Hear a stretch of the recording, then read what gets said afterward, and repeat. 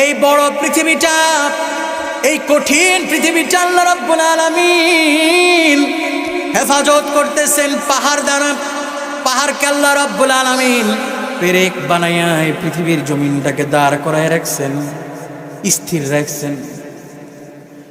ওই কিয়ামতের মাঠ যখন এসে যাবে, যেই মানুষেরা বলতেছো কিয়ামত বলতে কিছু নেই, যেই মানুষেরা বলতেছো এই এত বড় পৃথিবী আল্লাহ কেমনে ধ্বংস করবে, এটা অসম্ভব, এটা অসম্ভব, তাদেরকে চ্যালেঞ্জ ছুড়ে দিয়ে আল্লাহ তাআলা বলছেন, যেই পাহাড়গুলো দাঁড়ায় আছে, যেই পাহাড়গুলোর সাথে মানুষ কখনো বাহাদুরি করতে পারে না, যেই পাহাড়গুলো পৃথিবীর বুকে সবচেয়ে উঁচু উঁচু জায়গা, বড় জিনিস, এই জিনিসটাকে আমার আল্লাহ রাব্বুল আলামিন এমন করে দিবেন, এই জিনিসটা মরীচিকা হয়ে যাবে, এই জিনিসটার কোনো অস্তিত্ব আল্লাহ তাআলা রাখবেন না। বুঝাইতে চাচ্ছেন আল্লাহ, এই বেটা এত বড় পাহাড় আল্লাহ তাআলা ধুলি তো তুলার মতো বানায় দিবে, আকাশ দিয়ে পাহাড়গুলো উড়বে তুলার মতো, আর তোর মতো 3.5 হাত বডির মানুষ বুঝি আমি ধ্বংস করতে পারবো? তোর মতো 3.5 হাত বডির মানুষ বুঝি আমি জাগাইতে পারবে কি পারবে না বলেন তো? সুতরাং আমাদের সতর্ক হওয়া দরকার আছে না নাই? হানাফি মাযহাবের প্রসিদ্ধ কিতাব হেদায়ের ব্যাখ্যা গ্রন্থ ফাথুল কাদির আল্লামা কামালউদ্দিন মুহাম্মদ ইবনে আব্দুল ওয়াহিদ আস-সিওয়াসি রাহমাতুল্লাহ আলাইহি এই পাহাড়কে ধ্বংস হওয়ার 5টি স্বরূপ বর্ণনা করেছেন। আল্লাহ রাব্বুল আলামিন 5 ভাবে এই পাহাড়কে ধ্বংস করবেন, 5 ভাবে এই পাহাড়কে নির্মূল করে দিবেন। আমি ব্যাখ্যায় যাব না, এই 5 ভাবে বলি। আল্লাহ রাব্বুল আলামিন প্রথম এই পাহাড়কে চূর্ণ বিচূর্ণ করে দিবেন। কি করে দিবেন? ভেঙে চুরমার করে দিবেন।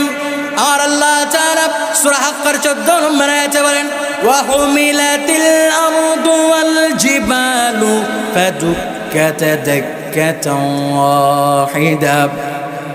জমিন এবং পর্বতমালাকে সরিয়ে নেওয়া হবে, আর একটা মাত্র আঘাতের দ্বারা এই পাহাড় আর জমিনকে চুরমার করে দেওয়া হবে।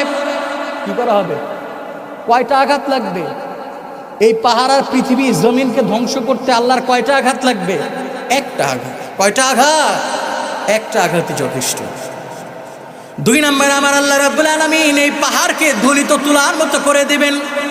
বাজারে যাবেন, তুলার দোকানে দেখবেন, যখন তুলাকে আঘাত করা হয় তুলাগুলো কিছু আকাশে উড়ে, ধুলিত তুলা আকাশে বাতাসের সাথে উড়ে বেড়ায়। আল্লাহ রাব্বুল আলামিন সূরা কারিয়ায় বলেন, ওয়া তাকুনুল জিবালু কাল-ইহনিল মানফুস।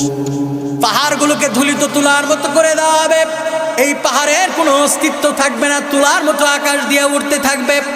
3 নাম্বার, এই পাহাড়কে ধুলার মতো করে দেওয়া হবে, উৎক্ষিপ্ত ধূলিকণার মতো হয়ে যাবে এই পাহাড়গুলো। ধুলা বুঝলেন? বাতাস আসলেই ধুলা উড়ে যায় না, উৎক্ষিপ্ত হয়ে যায়, জমিন থেকে উপরে উঠে যায়। বাতাস ধুলাকে যেখানে খুশি সেখানে নিয়ে যায়। আল্লাহ রাব্বুল আলামিন সূরা ওয়াকিয়ার ভিতরে বলেন, ওয়া বুসাতিল জিবালু বাসসা ফাকানাত হাবাআম মুনবাত্তা। আল্লাহ রাব্বুল আলামিন এই পাহাড়কে প্রথমে চূর্ণ বিচূর্ণ করে দিবেন, তারপরে এই পাহাড়কে ধুলার মতো করে দিবেন।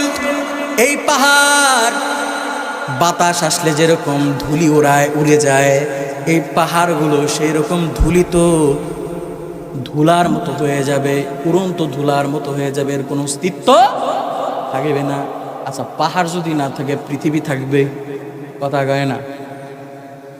এরপরে আমার আল্লাহ রাব্বুল আলামিন বলেছেন 4 নম্বর প্রকার, এই পাহাড়গুলোকে আসমানে উড়ায় দেওয়া হবে, পাহাড়ের কোনো অস্তিত্ব আর রাখবে না।